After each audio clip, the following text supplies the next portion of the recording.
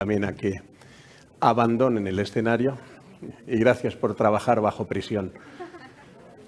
Esta tarde seré más exigente con los ponentes de esta tarde, porque ahora vamos a acabar el bloque de la mañana tratando los retos de la economía de Sudamérica y la influencia de factores históricos o religiosos en su desarrollo. Y para ello contamos con nosotros con Carlos Rodríguez Brown, que para mí es un placer volver a presentarle. Él es experto en pensamiento y liberalismo económico. Este doctor en economía hispano-argentino se caracteriza por aunar el rigor académico con el afán divulgativo. Es miembro de la Academia Nacional de Ciencias Económicas de Argentina y catedrático de Historia del Pensamiento Económico en la Universidad Complutense de Madrid. Combina la publicación de libros y artículos académicos con la colaboración en medios de comunicación escritos y audiovisuales. Don Carlos, estamos deseando escucharle.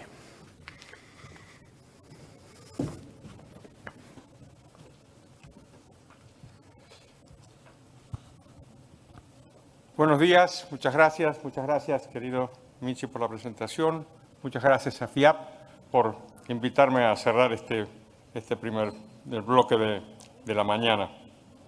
Antes de almorzar, espero que no perdamos el apetito. Lo que pretendo hacer es levantar un poco la vista hacia el horizonte histórico y preguntarme si los españoles y los americanos, si los iberoamericanos, tenemos un problema con la libertad. Si hay algo que nos distingue del mundo europeo, del mundo anglosajón y que explique lo que nos pasa. Así que empecemos por el presente. Lo que nos pasa. Y dejadme que ponga el ejemplo más relevante para vuestro sector del ahorro y de las pensiones, quizá el ejemplo que más puede contribuir a desanimarnos a todos, que es el ejemplo de Chile.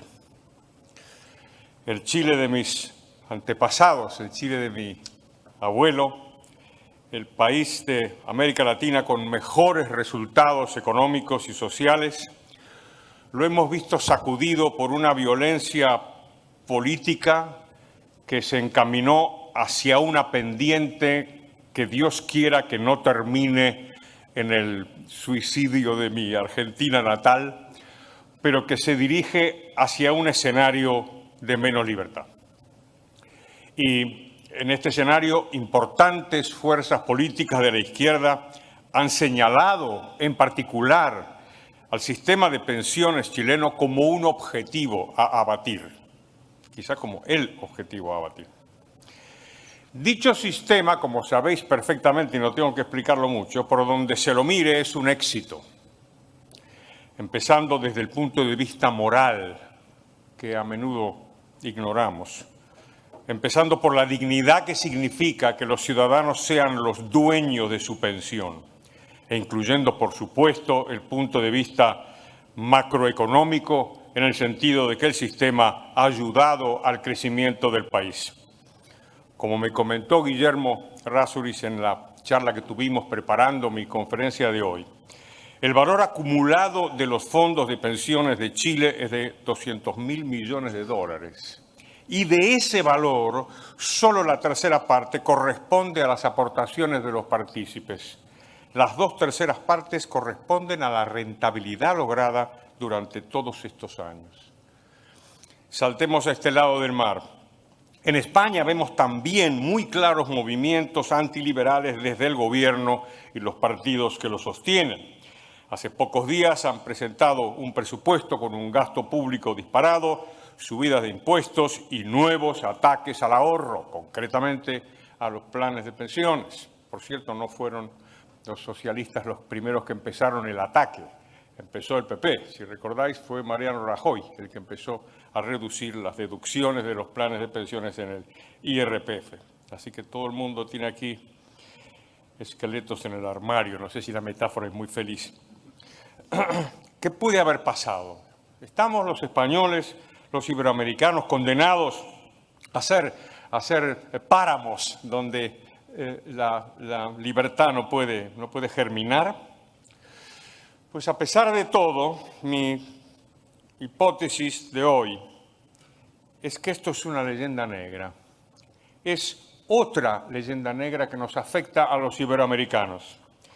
Y voy a explorar estas leyendas y después voy a volver al presente y terminar con una esperanza en el futuro, porque si no nos vamos a almorzar.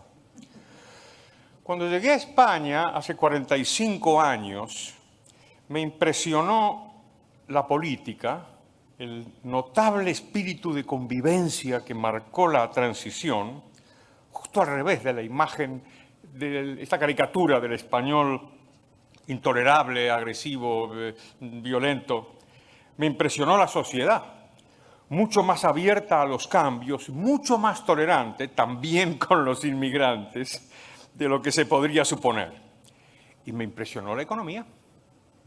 Después ratifiqué con datos estadísticos lo que estaba viendo a mediados de los años 70. Es que España era, y es, y fue un país más rico de lo que pensaban todos, incluidos los españoles. Y también un país liberal, incluso el país liberal. La imagen que se tiene de España es la España del país, de ese país pobre y atrasado, ¿no? Dejadme que os cuente una anécdota que cuenta Adam Smith en sus lecciones de jurisprudencia. Está especialmente dedicado a las señoras. ¿Algunas señoras hay por ahí? La primera mujer que en Inglaterra usó medias, las medias modernas, las medias de punto, fue la reina Isabel, la hija de Enrique VIII y Ana Bolena. Y las usó porque se las regaló el embajador de España. ¿Os imagináis la escena? Queen Elizabeth, the Spanish ambassador, dice, mire, madam, lo que somos capaces de hacer en España. Y la reina Isabel pues habrá dicho, coño, lo que sea que se diga en esas circunstancias. Porque es que no había nada parecido. Y España era una potencia también industrial, también empresarial. ¿Qué fue lo que pasó? ¿Qué fue lo que pasó? Es un dilema interesantísimo. Mi sospecha es que todo se jodió, como diría Vargas Llosa, en el primer tercio del siglo XIX, me parece a mí. Porque en esa época hay varios países que pierden las colonias, que son invadidos, que sufren humillantes derrotas militares, que entran en periodos de inestabilidad política, pero España fue el único país que padeció todo eso a la vez, en apenas un par de décadas. Es lo suficiente como para generar un choque traumático. Y después, pues continuó el invento de España como si fuera un país pintoresco, ¿no? Yo siempre sospecho que nos ha hecho mucho daño a España la ópera Carmen,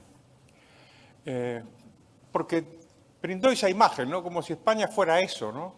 En un libro reciente de José Varela Ortega, el nieto de Ortega y Gasset, que se llama España, es un libro gordo así, pero no hay que tenerle miedo porque lo lees de a poquito y ya.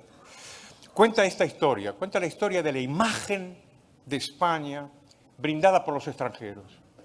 Y hay un momento divertidísimo al final del XIX donde un escritor italiano viene y recorre España. Y al final del viaje le escribe una carta a un amigo suyo que estaba en Roma. Y le dice, caro amigo, no sé qué, tal. Dice, estoy muy desilusionado con España. Dice, muy desilusionado con las mujeres españolas. Dice, porque no son como Carmen. Pues claro que no eran como Carmen. Eran señoras normales, como las italianas y las inglesas y las francesas, pero de alguna manera tenían esa caricatura, esa imagen. Los propios españoles incorporaron esa imagen, que España es un país atrasado, pobre, violento. Todo esto se traslada a América Latina, que también padecemos una leyenda negra, donde, como decía Rangel, del buen salvaje al buen revolucionario. Eso es lo que tenemos que ser los latinoamericanos, no gente normal como los demás. Y eso se cultiva mucho en todo el mundo, ¿eh? Quizá lo que más me molesta, quizá porque es compatriota mío, es este culto al Che Guevara. Todo el mundo tiene camisetas de Che Guevara, ¿veis? Pero al Che Guevara lo quieren allí. Aquí no, ¿eh? No, aquí en Europa, en Estados Unidos, no queremos Che Guevara, ¿eh? Tíos con pistola para cambiar el mundo. No, aquí queremos cosas burguesas, elecciones cada 4 años, prensa libre. Pero si es en Bolivia, o en Cuba, o en México, pues entonces está bien que haya gente con pistola. ¿Y por qué? ¿Qué te han hecho los bolivianos? Otra vez, leyenda negra, otra vez la caricatura. Y desde luego, cuando me hablan que América Latina es un sitio donde no se respeta la vida y donde hay mucha violencia y donde no se respetan los derechos humanos, que los europeos a los iberoamericanos ni una lección. De eso, ni una. De otras cosas puede ser. Pero de matanzas, ¿aquí? ¿En Europa? Ni media broma. Vamos a las ideas y a la práctica de la libertad en España y en América. La clave de la libertad son los límites del poder. Si no hay esa noción, no hay libertad. Ni en la teoría ni en la práctica. El poder tiene que estar limitado. ¿Y qué es lo que hacemos normalmente? Pues celebrar la Carta Magna. No, pero no las Cortes de León, que son anteriores. La cuna del parlamentarismo, pues está aquí. Todas las historias del liberalismo, ¿con quién empiezan? Con John Locke, suelen ser anglosajonas. Esto lo repetimos también los liberales, ¿eh? Celebramos la Constitución americana y repetimos las líneas de Jefferson en la Declaración de la Independencia y hacemos bien. All men are created equal, endowed by their Creator with certain unalienable rights, life, liberty and the pursuit of happiness. Qué maravilla, ¿no? Qué idea más maravillosa. Pues 200 años antes, Cervantes escribió en el Quijote: la libertad, Sancho, es uno de los más preciosos dones que a los hombres dieron los cielos. Con ella no pueden igualarse los tesoros que encierra la tierra, ni el mar encubre. Por la libertad, así como por la honra, se puede y debe aventurar la vida. Y por el contrario, el cautiverio es el mayor mal que puede venir a los hombres. Es exactamente la misma idea, 2 siglos antes, que la libertad la tenemos porque la da Dios. Después hablaremos de la religión, que quería Guillermo que hablara yo. Esto de que la libertad te la dé Dios no es ninguna tontería. ¿Por qué? Porque si me la da Dios, ¿quién me la va a quitar? A ver. Nadie, ¿no? Desde luego ni un rey, ni un gobernante. Es la misma idea, no es casualidad. Pues bien, tampoco es casualidad que Cervantes tuviera esta idea. Porque eso es lo que se estaba enseñando en la España de entonces.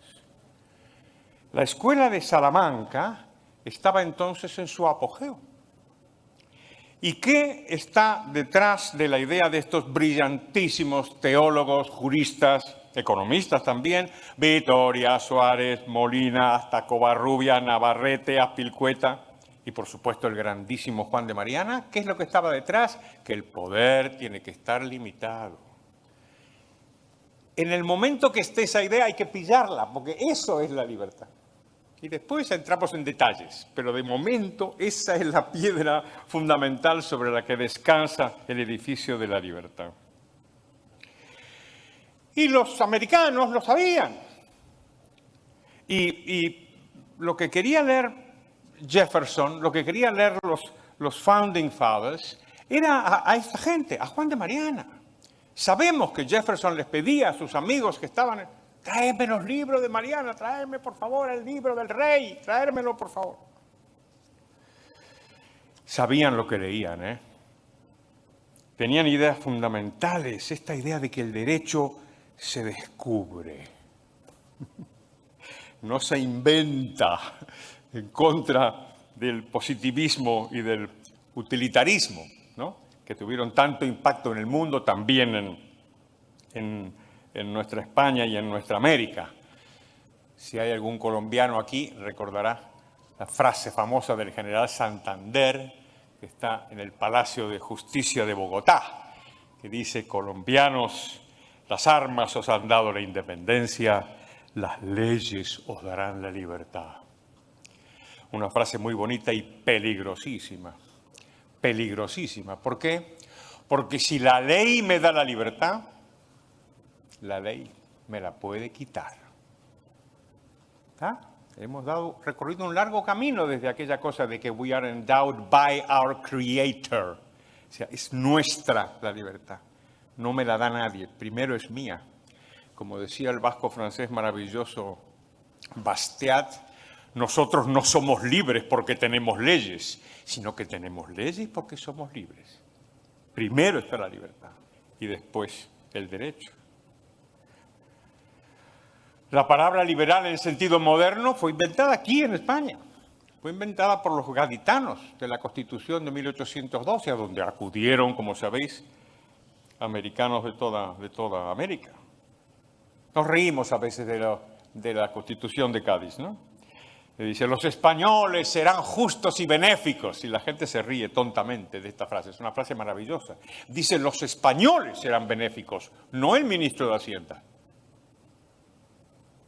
El gran salto que ha habido en el último siglo es que de pronto la virtud de la beneficencia y la generosidad se ha trasladado de los ciudadanos a los gobernantes. A ningún gaditano de hace 200 años le iban a colar esa broma, ¿eh? Nosotros somos los benéficos, no el Ministerio de Hacienda con nuestro dinero. No estoy haciendo una hagiografía, no estoy diciendo que esta gente fuera perfecta. No sé si habéis observado que, excluidos vosotros, la gente tiene muchos defectos. Las revoluciones americanas, ¿cómo fueron las revoluciones americanas? Fueron liberales, con todos los matices que queráis, todos. Pero desde México hasta Chile, pues fueron liberales. Que hubo errores, muchos. En el siglo XIX hubo muchos. Los liberales, a ambos lados del Atlántico, el mundo iberoamericano, cometieron graves errores. Señalo solamente dos. Uno, el ataque a la Iglesia, y el otro, el ataque a la propiedad privada de la tierra, con las desamortizaciones. Fueron dos errores muy, muy graves. Se pensó que la Iglesia era la enemiga y se desenfocó el asunto. El caso más claro es cuando le quitaron la educación a la Iglesia y se lo dieron al Estado. Si hay un caso de ir de Málaga a Malagón, pues es esto, ¿no? ¿Sí? La idea de que la Iglesia era un contrapeso al poder del Estado y en esa medida una garantía de la libertad de los ciudadanos, de pronto se perdió.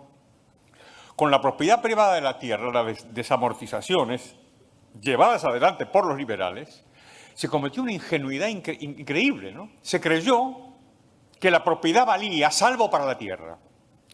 Y se creyó que se podía dar al Estado la capacidad de violar el derecho de propiedad de la tierra y una vez que el Estado hubiera hecho eso ya se iba a quedar tranquilo.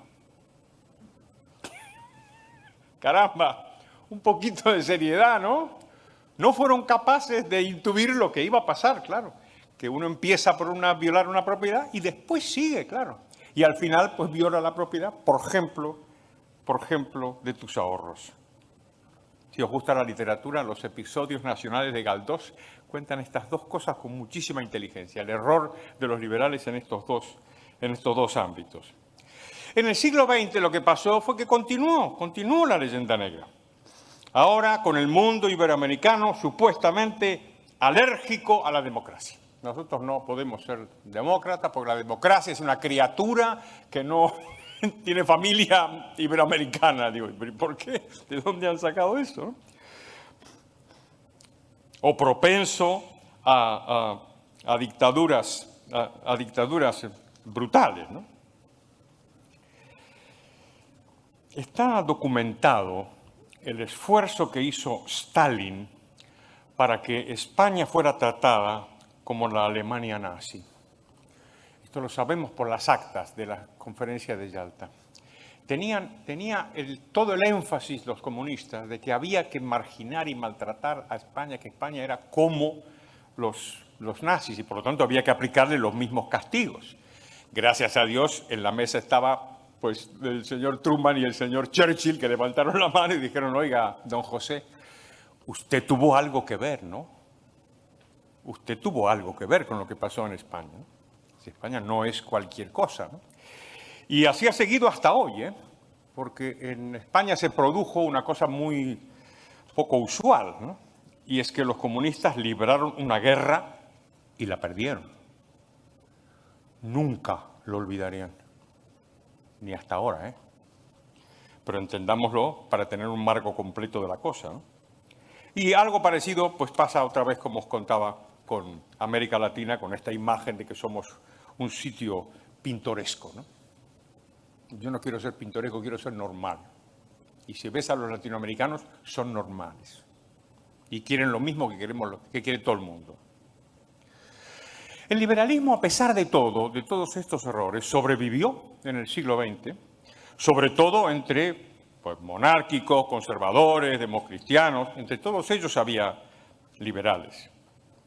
La cuestión de la monarquía como institución también tiene importancia. Fijaros los enemigos de la libertad, ¿contra quién van? La iglesia, la monarquía, la propiedad, van contra instituciones. ¿Por qué? Porque las instituciones median entre el poder y el ciudadano. Y todo lo que está en el medio es valioso. Creo que era Burke o Schumpeter le llamaban pequeñas fortalezas privadas. Es lo que está entre el poder y el ciudadano. Y esto el poder siempre lo ataca, porque lo que quiere es estar él y después cada uno de nosotros solos. Solos, sin propiedad, sin ahorros, para que estemos al servicio del poder. No es nada casualidad. Y por eso son los ataques a la monarquía. Pero entonces, si los anglosajones tampoco son tan diferentes de nosotros en cuanto al aprecio y en la práctica de la libertad, entonces, ¿qué es lo que nos pasa? ¿Será la religión? Habrá que revisar otra vez esta idea de Max Weber, ¿no? De que la explicación del espíritu del capitalismo, que es el espíritu liberal, tiene que ver con la religión protestante y que la religión católica, que es la que prima en España y en Iberoamérica, en todo el mundo latinoamericano, pues ha sido un lastre para el progreso de la libertad. Cuidado con esta tesis, No solamente en Europa, siempre se dice, hombre, la Italia de los Medici pues no era un país precisamente atrasado, ni siquiera económicamente, desde luego que no, y en todo lo demás, y era muy católico, ¿no? Pero volvamos a España. La España imperial, próspera y brillante en tantos aspectos, era muy católica, ¿no? Obviamente.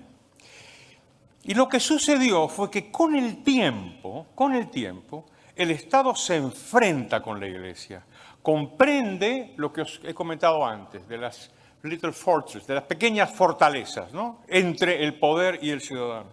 Comprendió que la Iglesia era una adversaria, y en tanto que adversaria o competidora, pues protegía la libertad y los derechos de los súbditos. Hay un libro reciente que os recomiendo y que me permite señalar una diferencia, ahora que estamos buscando esas raíces históricas, religiosas, institucionales, las diferencias entre el mundo iberoamericano y el resto. El libro es de un sueco que se llama Johan Norberg, se llama Abierto. Está en ediciones Deusto, es muy bueno el libro. Dice, a lo largo de la historia hubo episodios de apertura política, económica e intelectual. La historia de la libertad no es una historia que tiene 200 años. La historia de la libertad tiene miles de años.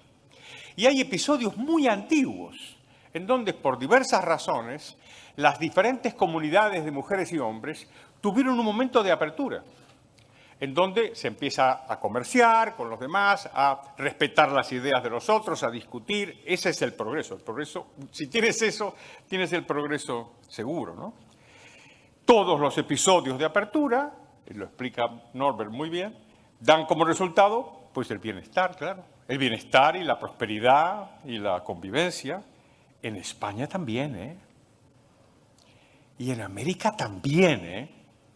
No somos pájaros raros en esta historia, somos unos pájaros más.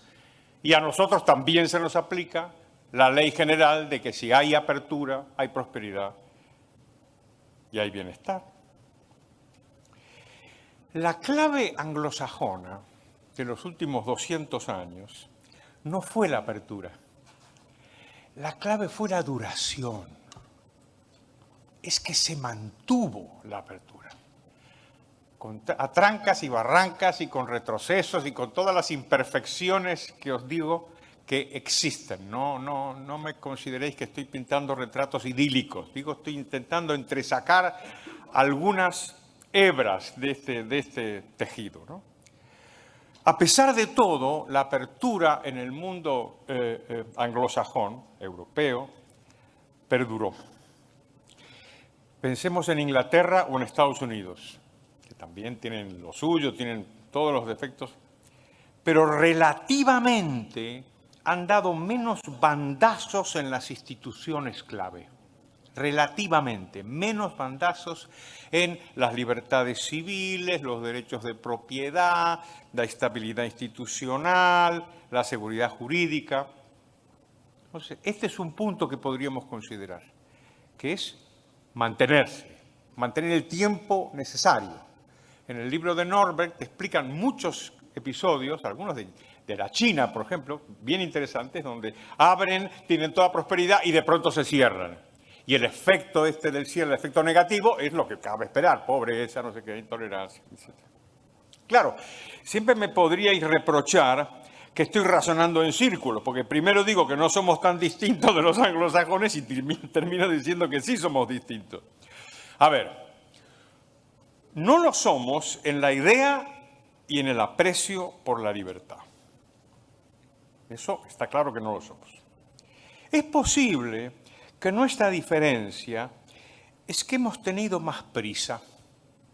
Nos hemos apresurado. Siempre hay un chiste, el famoso chiste del jardinero inglés, ¿no? Que dicen, le preguntan, ¿cómo tiene usted el césped tan bonito? Y dice, no pasa nada, esto se corta, se riega durante 400 años. Es que importa eso. Es que el tiempo importa. Y si tienes prisa por tener el jardín ya, pues entonces lo tendrás mal. Entonces, es posible que sea eso. Y la prisa es una clásica tentación antiliberal. Hay que hacer algo, hay que hacer algo, hay que hacer algo, ¿no? Hace unos días se le criticaba al alcalde de Madrid y le decían, el alcalde no va a hacer nada. Pues a lo mejor está bien que no haga nada, ¿no? ¿Por qué no consideramos que siempre tiene que hacer algo? A lo mejor se hace algo y se hace mal. Tenemos una larga experiencia de que los gobernantes hacen algo y lo hacen mal. Esta idea de creer que todo se puede cambiar para mejorar sin ningún defecto, sin ninguna contraindicación y sin ninguna cautela. Sea como fuere, la evolución de las últimas décadas en nuestro mundo iberoamericano, yo creo que no avala un diagnóstico desesperado, que a lo mejor podíamos elaborar a partir del cortísimo plazo. Cuando llegué a España tuve la oportunidad de conocer a un político liberal que por desgracia murió al poco tiempo. Se llamaba Garrigues Walker, Joaquín Garrigues Walker, el hermano de Antonio, el jurista que conocí. Y él decía la famosa frase, en España los liberales cabemos en un taxi. Bueno, pues no es verdad ahora. Quizá tampoco entonces, ¿eh? Pero desde luego, en estos últimos 45 años que llevo viviendo aquí, he asistido a un notabilísimo crecimiento del aprecio por la libertad. No en el grupo pequeño de apóstoles que había durante la dictadura franquista. No. Se ha extendido muy considerablemente. Y no es un tema de pensadores, de escritores, de profesores, la mayor parte de los cuales, por cierto, son antiliberales, normalmente, como bien explicó Hayek, ¿no? Y lo que no es verdad en España, tampoco es verdad Tampoco es verdad en América Latina. La señora mexicana que nos contó hace un momento esta notable caso de que de pronto los mexicanos empiezan a apreciar que su pensión es suya. Le dije, tú, que suenen todas las trompetas, porque esto es la clave del asunto. Si ganamos ahí, ya está ganado. Si de pronto la gente aprecia lo que es suyo, si aprecias tu propiedad, si resistes la invasión del poder sobre tus derechos, caray, pues esa, si no es la victoria, desde luego se le parece muchísimo. Algunos resultados políticos estamos viendo, tanto en América como en España. Pues estamos en Madrid, recordemos lo que pasó hace nada, cuando una señora que no conocía a nadie y que era ampliamente despreciada por toda la izquierda, con todos los medios de comunicación en contra y tal, salió a decir, yo soy liberal, quiero bajar los impuestos, y arrasó en las elecciones. Caray, si esto no es una noticia buena. A ver, seamos realistas. La historia es muy complicada, su evolución siempre es tortuosa. Y no estoy diciendo que esto sea panglosiano, que todo esté perfecto. Lo que digo es que ha habido avances en un contexto hostil. Vamos a ver, ¿qué pensábamos que iban a ser los enemigos de la libertad? O sea, ¿qué pasa? ¿Se iban a rendir? Una vez que cayó el muro de Berlín, iban a decir, bueno, ya está, nos rendimos, ahora todos vamos a defender la libertad, la propiedad privada, los planes de pensiones privados, el ahorro. Pero que, vamos a ver, defectos tienen muchos, estúpidos me parece que no son, ¿eh? Estúpidos yo creo que no son. Entonces, ¿qué hicieron? Pues lo que cabía esperar. Incluso en Chile era lo que cabía esperar. Como sabemos, porque lo reconoció el más lenguaraz de todos los enemigos de la libertad del mundo iberoamericano, el más bocazas, ¿no? Que es Maduro. Que digo que sí, que claro que lo de Chile lo habían planeado, que claro que habían hablado de eso en el foro de San Pablo, porque son malos, pero no tontos. Y sabían que Chile era el objetivo a batir. Ahí estaba el asunto. ¿Por qué? Y porque funcionaba, Guillermo. Porque funcionaba.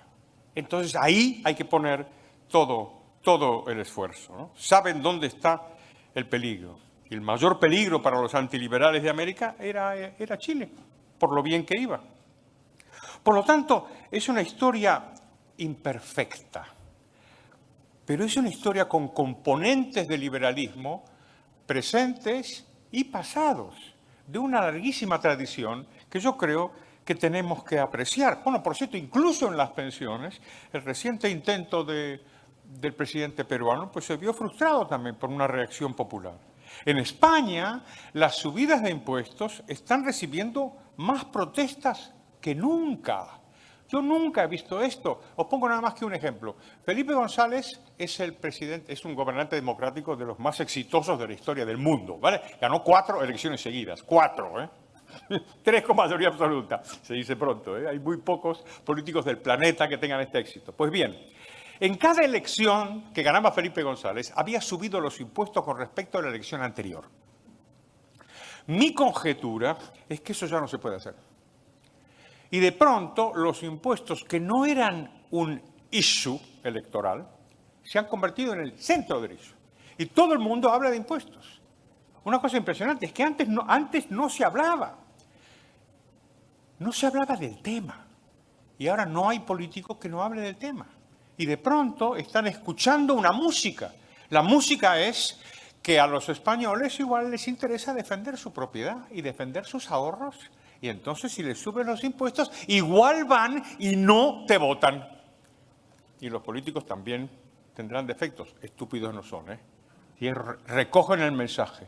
Cuando lo recojan, entonces ya tendremos ahí un camino virtuoso.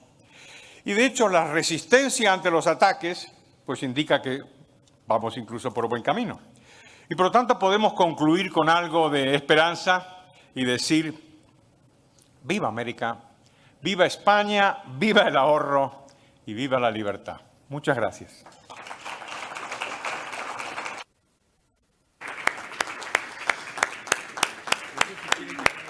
¿Preguntas ahora?